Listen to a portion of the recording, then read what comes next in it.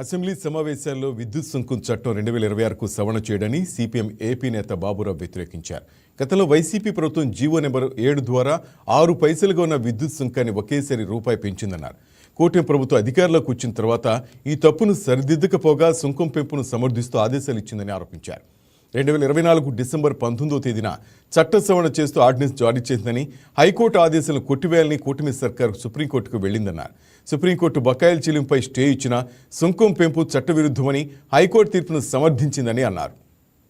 ప్రభుత్వం పదే పదే మేము కరెంటు ఛార్జీలు పెంచట్లేదు, తగ్గిస్తున్నాం అని ప్రచారం చేస్తున్నారు.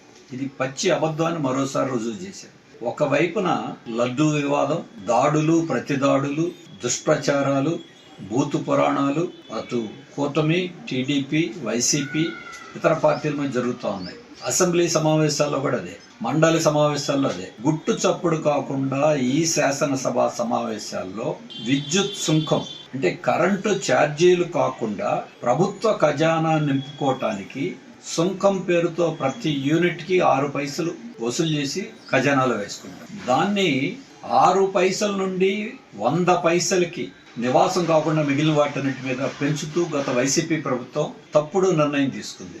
దీన్ని చట్ట విరుద్ధమని హైకోర్టు, సుప్రీంకోర్టులు కొట్టేసి ఇప్పుడు వైసీపీ ప్రభుత్వం చేసిన చట్ట విరుద్ధమైన చర్యని కూటమి పార్టీలు చట్టం మార్చి చట్టబద్ధత కల్పించారు. అంటే వీళ్ళందరూ తిట్టుకోవటమే, భారాలేయటంలో అందరిది ఒకటే దారి.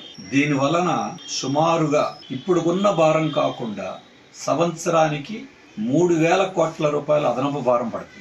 గతంలో వసూలు చేసిన 6,000 కోట్లు కూడా తిరిగి చెల్లించాలని కోర్టులు ఆదేశాలు ఇచ్చినాయి, అయినా చెల్లించాల. ఇప్పుడు దీనివల్ల గతంలో కోర్టుకు వెళ్ళిన వాళ్ళు సుంకం అధికంగా చెల్లించాల. ఇప్పుడు అదంతా కట్టాలంటే లేదు, 94 పైసలు ఒక్కసారి యూనిట్కి పెరిగితే రేపు అది కట్టలేక పరిశ్రమలు, చిన్న వ్యాపారులు, ఆఖరికి లైబ్రరీలు, దేవాలయాలు, మసీదులు, చర్చిలు అన్నిటి మీద 94 పైసలు పెరిగిపోతుంది. ఇది భారం కాదా? ఇంకా ఇతర సర్దుబాటు ఛార్జీలు, ఇతర భారాలు ఉన్నాయి.